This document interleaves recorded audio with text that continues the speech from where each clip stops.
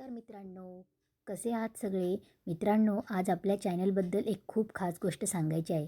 आपल्या या छोट्याशा कुटुंबाला अजून मोठं करण्यासाठी थोडेच सबस्क्रायबर बाकी आहेत. तुमचं हे प्रेम, हा गोड पाठिंबा आणि माझा हा आवाज रोज ऐकायला तुम्हाला आवडतं हे जाणून मला खूप खूप आनंद होतो.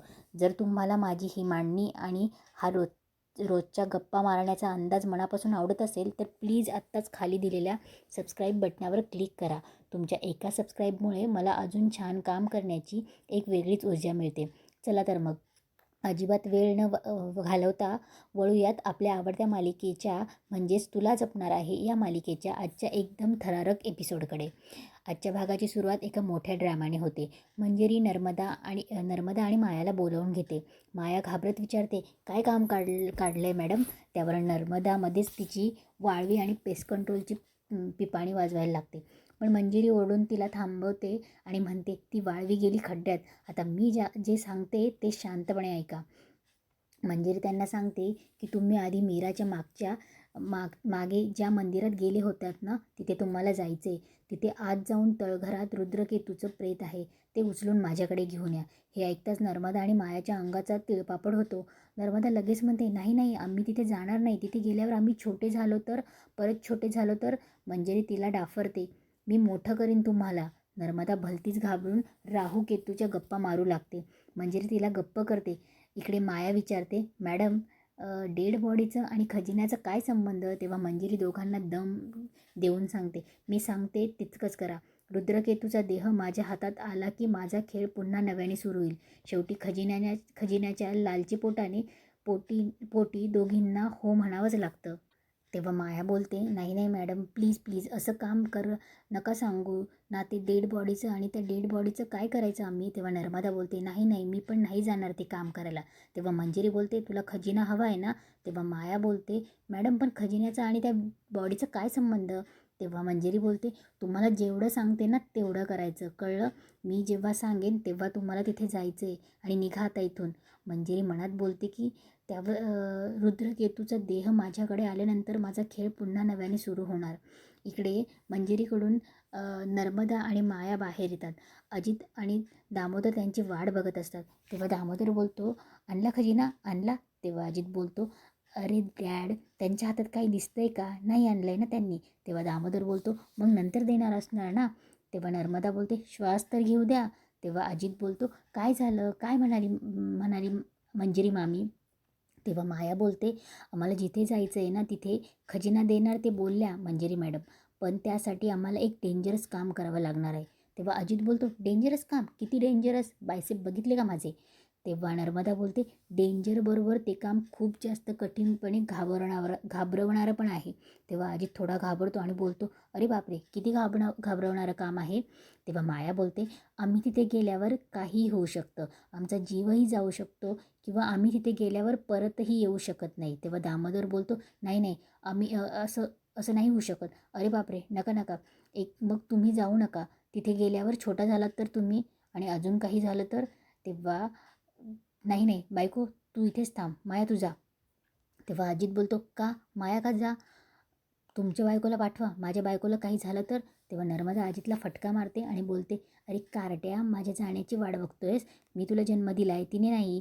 तेव्हा माया बोलते, आम्हाला दोघींना तिथे जायचं आहे आणि मला एवढंच वाटतं की आम्हाला दोघींना मंजिरी मॅडमने तिथे पाठवलं आहे. तर मंजिरी मॅडमचं काहीतरी प्रोटेक्शन असणारच. सो कन्सिडरिंग आम्ही तिथे दोघी जातो आहे. इकडे मीरा खोलीत विचार करत असते की ताई जर आज रात्रीपर्यंत परत आली नाही तर काय करू? मला काहीतरी करावं लागेल. काय करू मी? बाबांनाही शोधायचं आहे, ताई मिळत नाही आहे आणि मला तो नकाशाही आठवत नाही आहे. मला थोडंसं धुसर आठवतो आहे, तो नकाशा मी परत तयार करू का? मी जाते. तेवढ्यात अथर्व बोलतो, मीरा. तेव्हा मीरा बोलते, तुम्हाला काही सापडलं का? तेव्हा अथर्व बोलतो, मी या घराचा आउट हाऊसचा प्लॅन बघितला, पण तू म्हणतेस तशी सिक्रेट रूम वगैरे मला काही सापडली नाही. मीरा मनात बोलते, शोध तर घ्यावा लागेल, काहीतरी सुटतंय असं वाटतंय. तेव्हा अथर्व बोलतो, मीरा. तेव्हा मीरा बोलते, तुम्ही एक काम कराल का? तेव्हा अथर्व बोलतो की काय? तेव्हा मीरा बोलते, त्या मंदिरात जाऊन ते रुद्रकेतूंचा मृतदेह आणाल का? तेव्हा अथर्व बोलतो, रुद्रकेतूंची डेड बॉडी घरात आणायची? तेव्हा मीरा बोलते, हो. तेव्हा अथर्व बोलतो, मीरा, डेड बॉडी घरात आणायचे म्हणजे याचा अर्थ तुला कळतोय ना? मीरा बोलते, हो मला कळतंय. त्याचा दुसरा पर्यायच नाही आहे, आपल्याला आणावंच लागेल. शिवाय काही उपाय नाही माझ्याकडे. मंजिरीचा अंत करायचा असेल तर ते आपल्याला आणणं आपल्यासाठी खूप महत्त्वाचं आहे. काहीतरी करा ना तुम्ही. तेव्हा अथर्व बोलतो, ठीक आहे, हे जर इतकं महत्त्वाचं असेल तर काहीतरी करतो मी, आणतो. तेव्हा मीरा बोलते, ऐका ना, काळजी घ्या स्वतःची. ती अथर्वला मिठी मारते. तेव्हा अथर्व बोलतो, हो, काळजी करू नकोस, काळजी घेतो मी, मला काहीच होणार नाही आहे. इकडे नर्मदा आणि माया त्या दोघी मंदिराजवळ येतात. ते हातात एक मोठी चादर घेऊन येतात. नर्मदा आणि माया जायला लागतात मंदिराजवळ. तेव्हा नर्मदा ऐकत नसते. नर्मदा बोलते, माया नको नको, मला खूप भीती वाटते. तेव्हा माया तिला समजवण्याचा प्रयत्न करते. अहो काही नाही, मंजिरी मॅडमने आपल्याला पाठवलं असेल असेल ना, तर काहीतरी प्रोटेक्शन नक्कीच असणार आहे. तेव्हा ते दोघी घाबरत असतात. त्यांच्या हातात तो रगही असतो. ते घेऊन जायला लागतात. तेव्हा नर्मदा बोलते, एक मिनिट एक मिनिट, एक काम करूया, आपण 1 2 3 असं एकसाथ म्हणूया आणि एकत्रच पाऊल टाकूया. तेव्हा नर्मदा 1 2 3 म्हणते. त्या दोघी एकत्र पाय टाकतात आणि बोलतात. तेव्हा नर्मदा बोलते, छोटं झालो. तेव्हा माया बोलते, नाही नाही छोटे नाही झालो. तेव्हा ते खूप खुश होतात आणि पटकन पळत पळत मंदिरात जातात. इकडे अथर्व मंदिरात जायला निघतो. अथर्व जायला निघतो तेवढ्यात अनन्या त्याला बोलते, दादा मी बाहेर चालली आहे आणि आईसुद्धा बाहेर गेली आहे. वेदा एकटीच आहे तिच्या रूममध्ये, तर तू वेदासोबत थांबतो का? म्हणजे तेवढंच वेदासोबत टाईम स्पेंड करायला मिळेल. तेव्हा अथर्व बोलतो, अनन्या काय आहे ना, मला खूप महत्त्वाचं काम आहे, त्यासाठी मला जायचं आहे. तू एक काम कर ना, तू मीराला सांग. तेव्हा अनन्या थोडी शांत होते. तेव्हा अथर्व बोलतो, ती पण तिला खूप मिस करते. अनन्या बोलते, ठीक आहे, बघते. आणि अथर्व पटकन बाहेर जातो.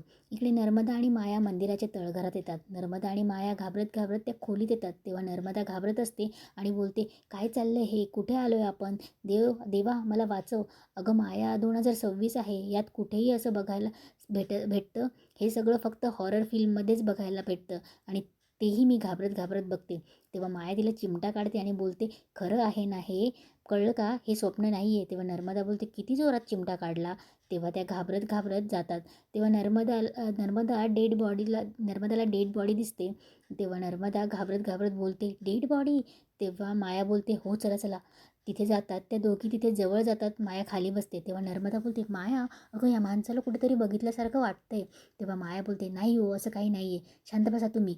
इथे काय आपण फॅशन शोला नाही आलो आहे. त्याने असं कपडे घातले आणि तसे कपडे घातले हे मला सांगू नका.